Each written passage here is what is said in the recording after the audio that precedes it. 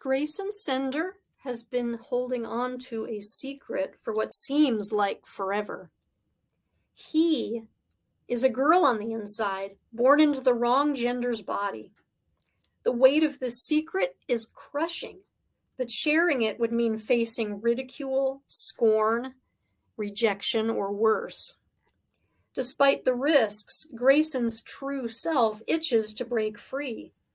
Will new strength and support from unexpected places be enough to help Grayson step into the spotlight she was born to inhabit?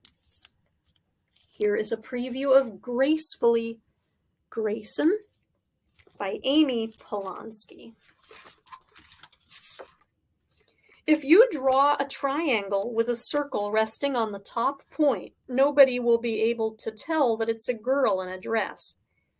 To add hair, draw kind of a semicircle on top. If you do this, you'll be safe because it looks like you're just doodling shapes. I was in 3rd grade when I realized I could draw princesses without anyone knowing, and for more than 3 years, I've been sketching the same thing in the margins of my notebooks at school. I look up at the board. Mr. Finnegan has already given us almost an entire page of notes, more than most teachers, but I don't mind. Humanities is the best class of the day, and besides, it's no problem for me to take notes and draw at the same time. I sketch another triangle dress in my notebook, circle on the top, point, thin semicircle of hair. I try to look at it like I've never seen it before, just to confirm that nobody else would know that the sketch is really a princess, but I'm good, it's too abstract. My pen is a glitter pen, silver. I have a gold one in my backpack, but I always leave the purple and pink ones in my drawer at home with the rest of my art supplies. If anyone asks, I can always say I found the silver and gold ones on the floor in the gym or something, but probably nobody will. I want to fill in the dress with a shining silver, add big eyes and a smile and long shimmering hair, but I never would because that's not what boys are supposed to do. I squeeze my eyes almost shut to try to see the princess the way I want to. All I can see is her silver outline, though, so I rest my head in my hand and look out the window instead. Outside, a giant truck barrels down the street, and a city bus honks as it turns the corner. Mrs. Frank, the gym teacher, is bringing some little kids out to the soccer field. They're skipping and running across the grass. Beyond them is Chicago's skyline. Even though the leaves are starting to change color, it still feels like summer, and it's way too hot in the classroom. My bright yellow basketball pants are sticking to my thighs. I push my bangs to the side as I adjust the sweatband on my forehead. Finn is awesome, and I'm lucky I got him for humanities, especially since Mrs. Tell is the other humanities teacher, and she's probably 90 years old and supposedly horrible. My cousin Jack had her last year and was always in trouble in her class. He blamed it on how boring she was, but lately, he's in trouble in every class, and most of what he says these days is bull. I look back to my notebook as Finn asks Anthony to read a paragraph about the Holocaust aloud. I think of my drawing pads at home in my top desk drawer. Usually, I draw the castles and landscapes huge and then make the people tiny so they're barely noticeable. The queen, the king, and the little blonde princess.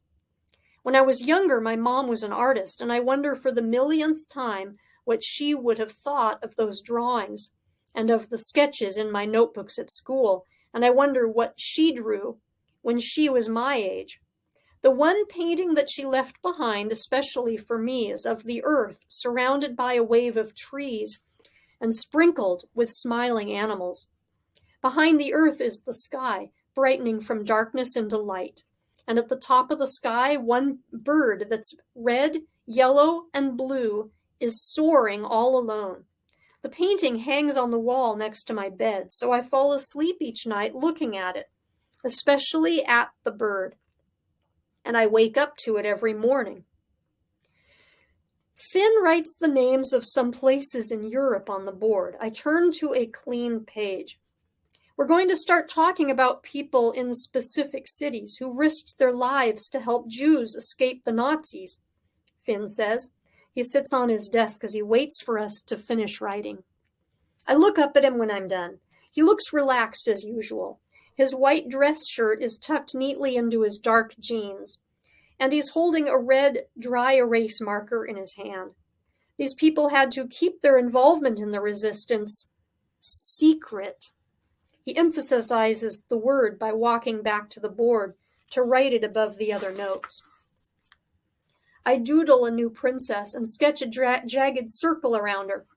How would it feel to hide an enormous, important, life-threatening secret from your friends, your neighbors, and maybe even members of your own family? Finn continues. I bend down and take my gold glitter pen out of my backpack. His question makes me forget all about the Holocaust and think instead of when we were in elementary school, back when we had recess every day, and how, for so many years, I sat on the side steps alone watching everyone else play. I draw a ring of gold flames outside of the jagged circle. They surround the princess. She suffocates. The clock ticks on the wall and somebody coughs behind me. Otherwise, the class is still. Grayson, any thoughts? Finn finally asks. He usually calls on me if nobody answers. I guess because I can always come up with something to say. What do you think? He goes on. How would you feel if you were going about your life day to day, all the while hiding a dangerous secret? I try to seem calm, like I usually feel in humanities, but my heart is starting to race. I hesitate and look down at my notes. I guess I feel like it would be safer to stay away from other people, I finally stumble. Finn waits for me to say more, but I'm kind of hoping he'll call on someone else now. Can you elaborate? He asks. I adjust my sweatband again. It's damp. Well, I say, I'd just stay away from people because I'd be worried I'd accidentally tell them my secret. It sounds like a question, the way I say it. I feel my ears turning red and I flatten down my hair to hide them. The class is quiet and I look down at my glitter pens. The pause feels like forever. Okay, Finn finally says slowly. Then he's silent for another second. Interesting. Does anyone have any thoughts on Grayson's comment? I avoid his eyes and glance around the room at the faces I've known pretty much since kindergarten. For a minute, I only look at things, not the people, like the thin braid hanging down the side of Haley's head that's clasped at the bottom with one of those tiny heart clips.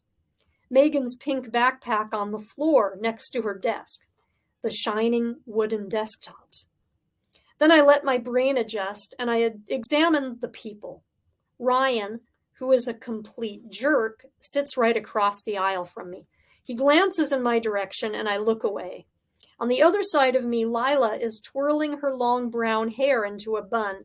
She seems quiet, but she's completely in charge of the girls. My eyes rest on Amelia, who started at Porter last week. She looks like she belongs in high school, not 6th grade. Her long reddish hair hangs over her huge chest. Slowly, she puts her hand up. She seems nervous, and I feel kind of bad for her. It's probably not easy to move once the school year has already started, and especially not to a school like Porter, where most of us are lifers. I'd actually make friends with more and more people, she says sort of softly, when Finn calls on her. I wouldn't stay away from people because that might look suspicious. I just try to act normal, like everyone else. Her pale, freckled cheeks look pink. So, Finn says, on one hand, we have Grayson's idea to isolate oneself, and on the other hand is Amelia's idea to surround oneself with lots of people in order not to appear suspicious. Next to the word secret, he writes, isolate versus integrate in quick, slanted writing. I look up at the clock. It's almost time to go, and I can't wait to get to my next class. I copy the last notes quickly. The bell rings, and I stand up with everyone else. "We'll pick up here tomorrow," Finn yells over the sound of rustling notebooks. He glances my way. I concentrate on my shoes as I walk to the door. And this has been a preview of Gracefully Grayson.